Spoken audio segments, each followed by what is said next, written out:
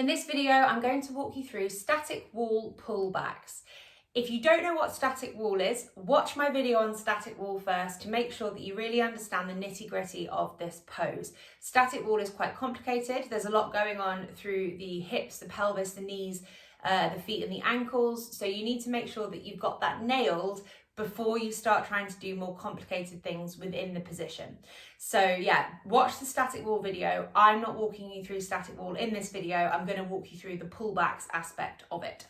So you're getting yourself into your version of static wall.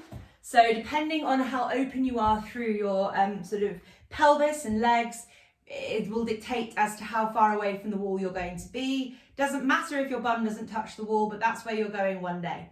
You're making sure that you're keeping that momentum through your pelvis. It's like you're kind of tilting the pelvis slightly forwards, imagining that you're going to get an arch in your lower back, even though you won't. The knees stay straight. And so importantly, the feet are locked back and down behind you. So the 4 feet are coming back and down behind you. If you had a tray of champagne on your feet, it wouldn't spill because you're not curving through your ankles and just pulling your big toe back. You're pulling the 5th toe back as much as you are the big toe, trying to keep the center of the feet, the center of the ankles, the center of the knees, and the center of the hips all in a nice straight line. Upper body relaxes, palms facing up.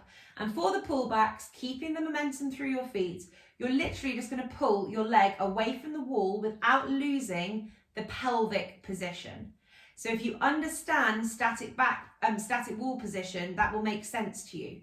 You might notice that as you try and pull your leg away from the wall, your pelvis wants to tilt backwards and you shove your lower back more aggressively into the floor. We don't want that. So we're keeping the pelvis slightly tilted forward. So we're imagining a slight arch in our lower back.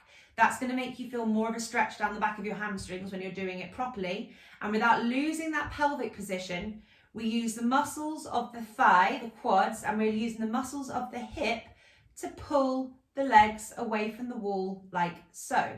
The feet do not point away. The feet do not lose their position and the feet do not lose their momentum. The feet have to be these locked units that do not change. The only thing that's actually changing is the hip. So the hip is moving in flexion towards you, but the feet are not changing because you're doing that. So I would maybe recommend doing a set of 10 on both sides. So that's 1 rep, that's 1 rep. Having a break after 10, relaxing things off, having a shake, and then getting yourself set up again. So resetting after each set is really valuable because it helps kind of re-establish the neural pathways from the brain to the muscles. It just gets your body more used to doing things correctly the more you have to set yourself up to get into the pose. So we're focusing on our pelvic position. The pelvis stays in extension. The knees are straight, the quads are tight. We're pulling the feet back towards us and we're watching the angle of our feet. So the toes are not coming out to the side and we're not drooping the big toe closer to us than we are the 5th toe. Everything's in that nice alignment.